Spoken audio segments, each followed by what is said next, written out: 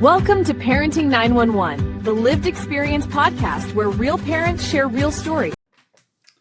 Hello, everybody, and welcome back. Welcome back to the Parenting 911 Lived Experience podcast. And today we are talking about the 4-pillar reset part 2.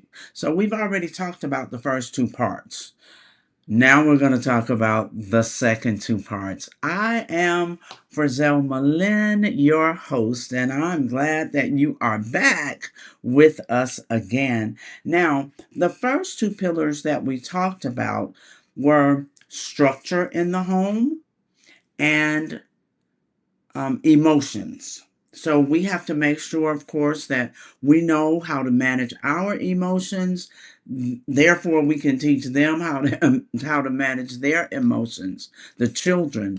And we have to understand that home needs to be structured, because when home is not structured, there is chaos everywhere for everyone. We all feel the overwhelm. The children feel it, and we feel it as well. So we talked through the importance of having structure, rules at home.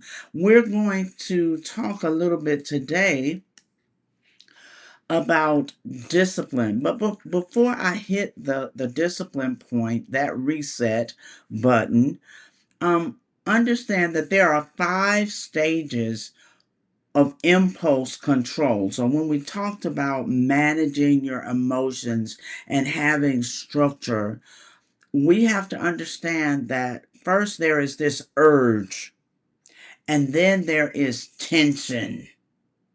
Next is followed by just acting out, which is followed by relief once you tell somebody off. Once you scream at the children or hurt somebody's feelings or curse them out or, say something degrading or harmful, then that's followed by guilt. Because, had you just paused, taken a few minutes to breathe, taken a few minutes to reset your mind, then you would not have acted so impulsively. So let's talk about discipline.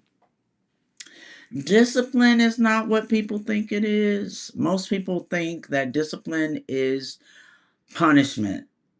It's a way of punishing whomever, especially children, for something that they did or should have done and didn't do.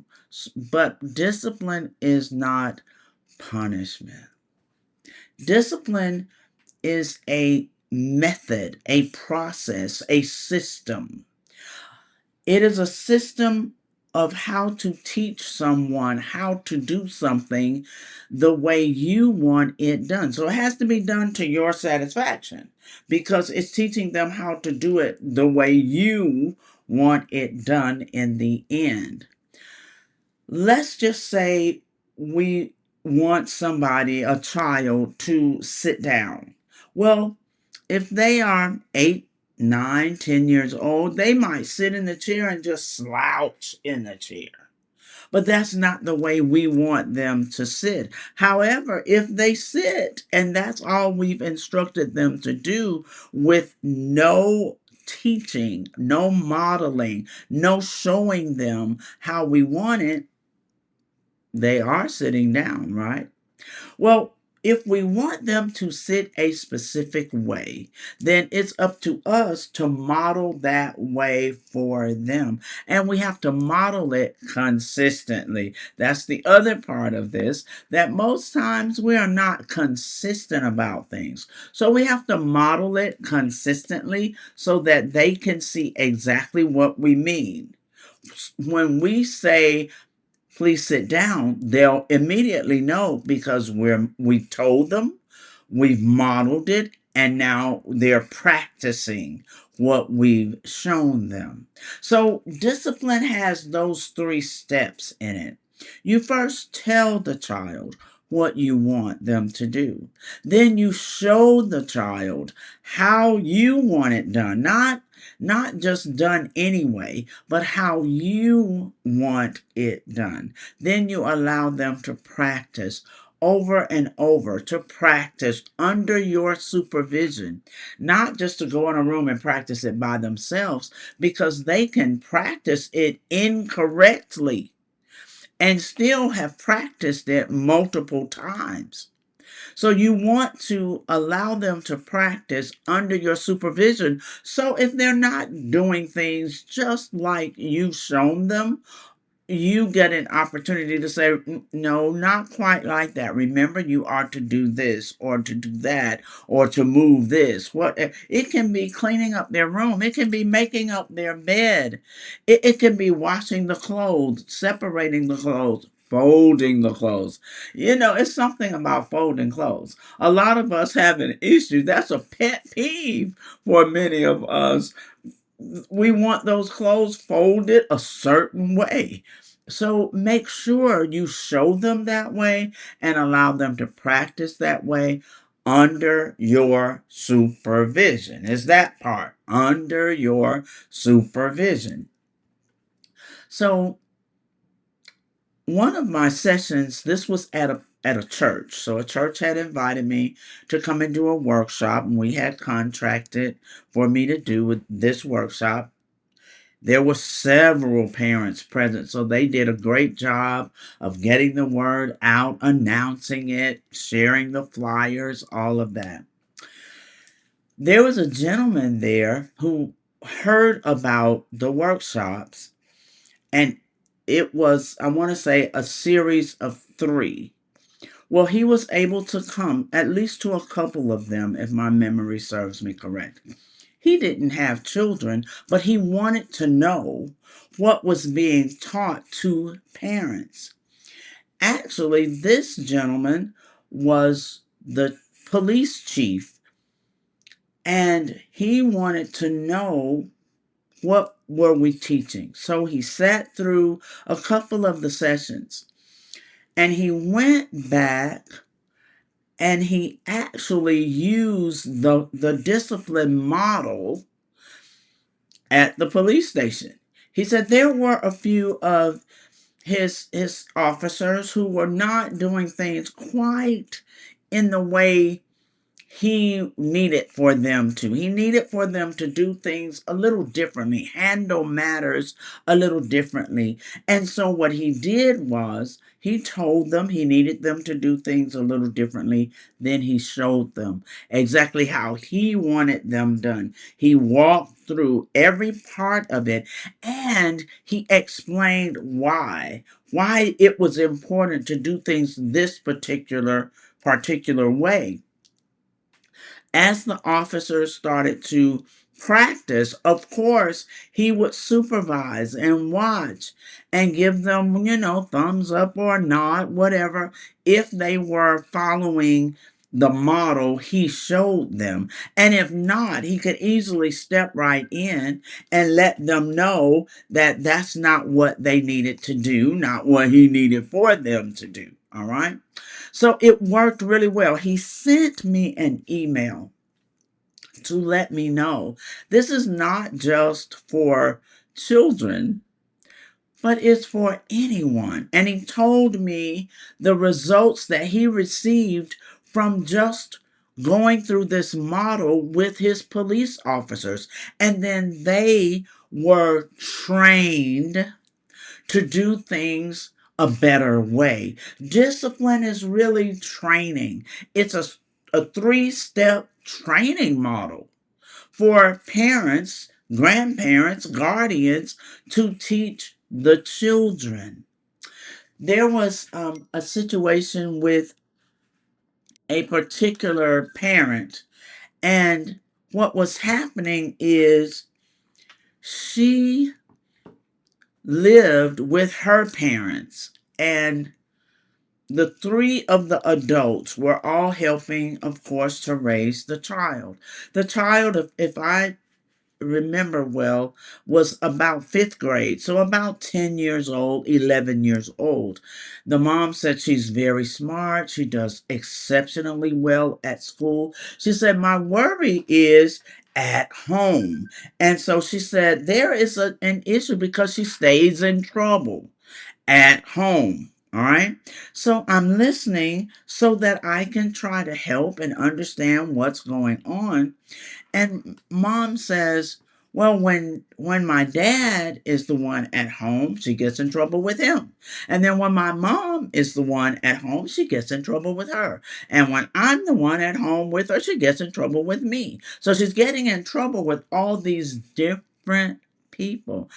And I said, so have you all sat down and come up with a game plan of how she's to do the simple things that she's getting in trouble about? And mom said, well, no, I never thought about that.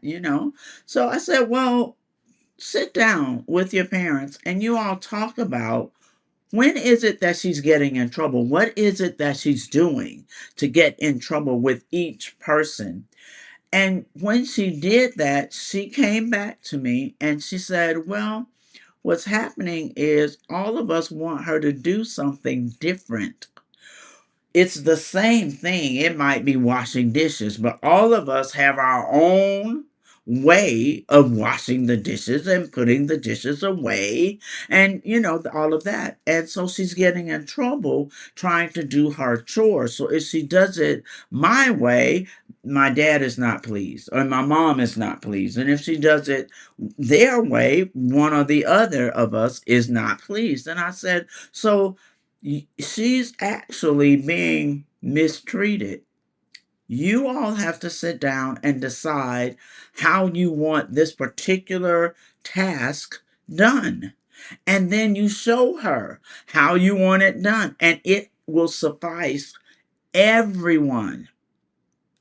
Everyone will know this is what she's supposed to do and how she's been trained to do it. And therefore, it'll stop the chaos. Her life, trust me, will be much more pleasant because you all have to get on the same page. So, I do want you to stick a pin in that. We will have a session about blended families and extended families and everybody just being on the same page. That helps the children. So remember, the process here is make sure you tell the children what you want them to do, then model for them, show them, train them how to do what you want done the way you want it done. And even as you're going through the steps to model this for them, explain to them the why it's important to you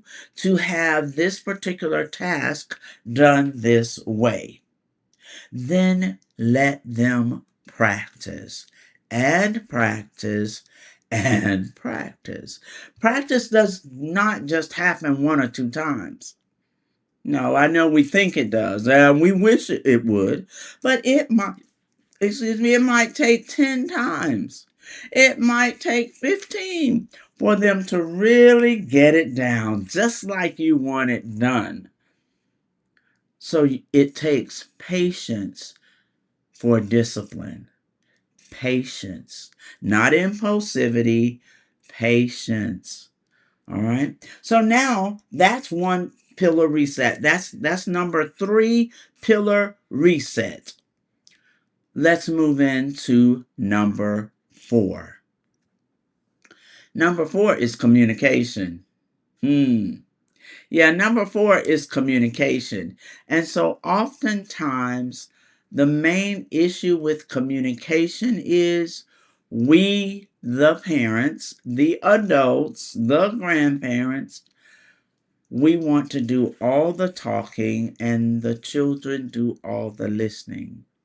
Even if we're screaming and yelling and cursing, using profanity, even if we are saying degrading things, we feel in many cases, too many cases, that the children should just listen.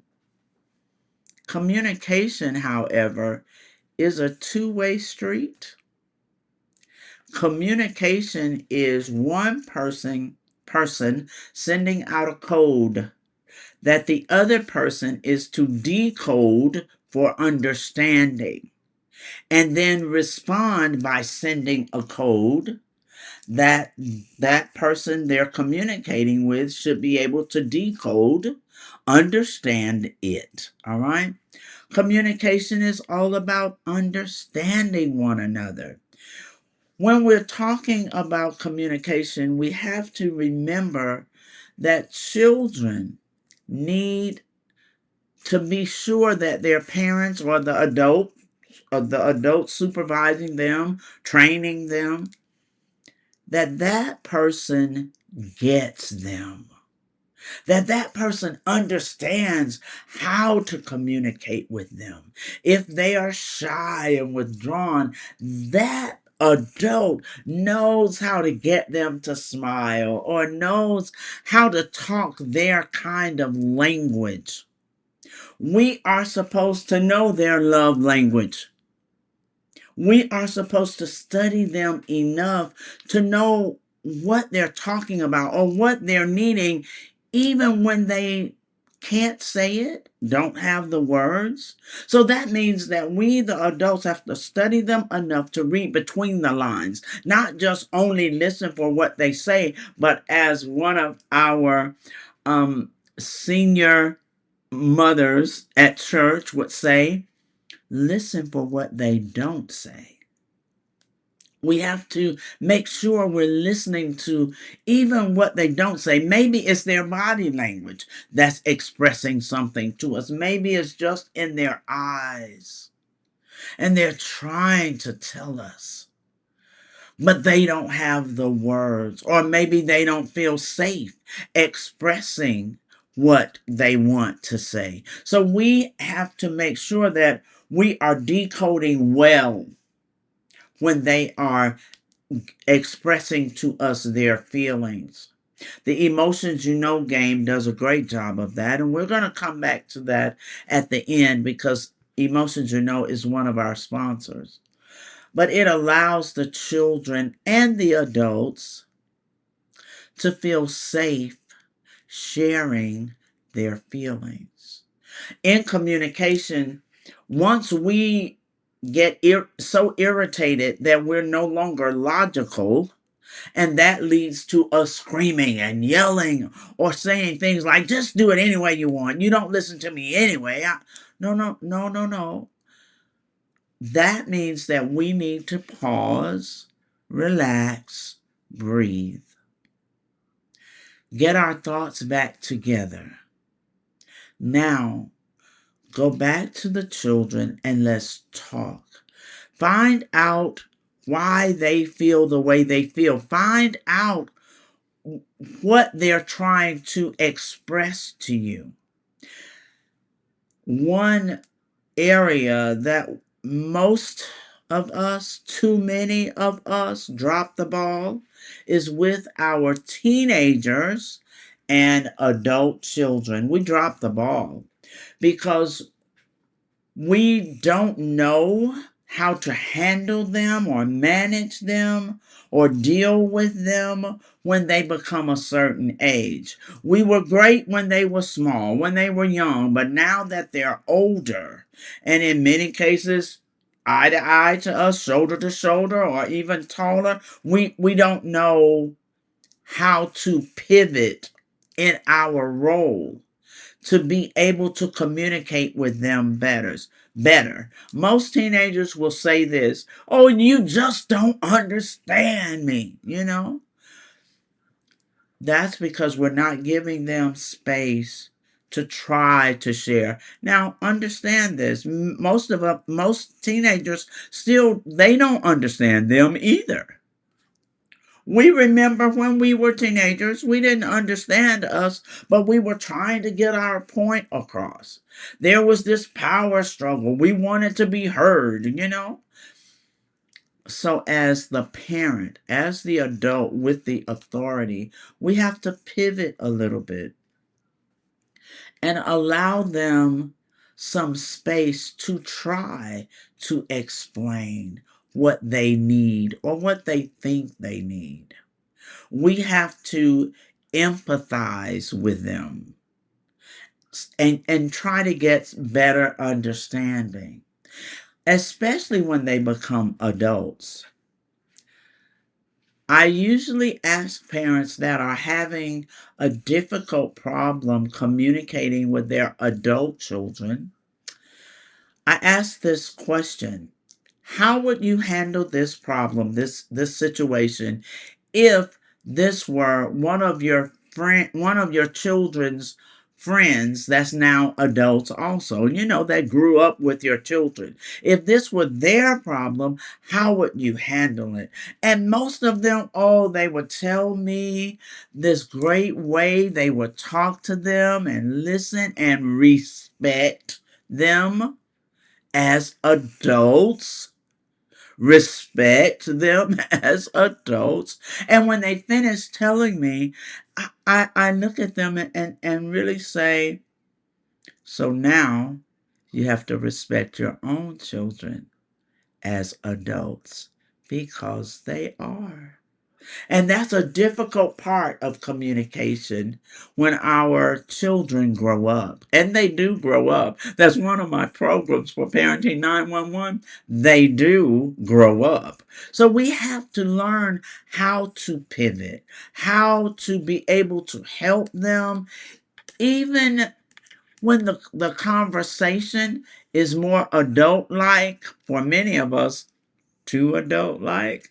But once they become teenagers, we are more mentors for them, because in just a year or a few years, they'll be adults. So now we have to make sure that we have truly gotten them ready, prepared them for adulthood. And I know that's difficult. Most of us, yeah, we don't really know. We're not ready. It's not so much that they're not ready, we're not ready.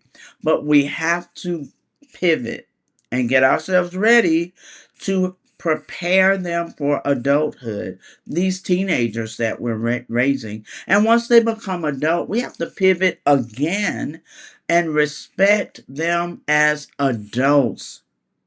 Yes, you are to warn them, but you mostly need to mentor them. They're going to make mistakes. They're going to do things their own way, because this is the first time in their life that they have the rule over themselves. So surely they're going to do some things that you wish they wouldn't. You wish they hadn't. You're going to warn them and tell them what some of the consequences are if they do things that way. But in the end, as adults, they have a right to make their choice. All right. So those are the four pillars of reset. When we have to pivot a little bit, when we have to make some changes, when we have to make sure we're structuring things differently as needed, as needed. Now, let's talk about our sponsors for a bit. First, first sponsor is, of course, Parenting 911. So at Parenting 911, we make sure we don't judge, but we do nudge, because we don't want you to be in the same position, the same situation, the same mindset when you leave us as you were when you met us. So we make sure that we provide strategies for you that are very practical and effective, that you can use that same day, that same setting, actually. We do have one-on-one programs, coaching programs for parents. We do small group coaching. We have a membership where we meet every week. We have a private community, and you get all of this when you go to parenting911.org. I work with schools, I work with churches, I work with communities, I do citywide events. I need to say this: on July 14th, 2026, we do have our annual Parenting 911 Emotional Awareness Expo. And everybody is invited to come. It's from 2 o'clock to 6 o'clock. This is Central Time. It will be at the Opelika Public Library. You need to show up. We're talking about emotions out of control. Emotions and how to get them back in control for you and for your family. We will be playing the Emotions You Know game. So come on out. There are prizes. There will be food. That we will have a room for children to go in and play. But this is a family event. So you need to come out and bring the children too. Our next sponsor is Emotions You Know. And Emotions You Know is that new game that's already going worldwide. It's in 19 different languages and being translated in Braille. It is the game that relieves the tension and allows us adults to be able to share our life stories, and it allows the children to be able to share theirs with us. Normally, the problem is there's so much tension. We don't want to share. But just knowing you're playing a game and you play it like Uno, well, you're laughing and you're putting your cards down and you're looking at the different emotions and you're listening. To me, this is a game that helps families and friends bond back together. So go to Emotions You Know, EMOTIONSYOUKNOW.com and get your Emotions You Know game. All right, everyone, that's it for me for this session. I look forward to seeing all of you. So please don't forget to subscribe and like and share with everybody, anybody, so that they can come and get some Parenting 911 strategies, tips, wisdom, resources. All right, I'll see you all on the next session.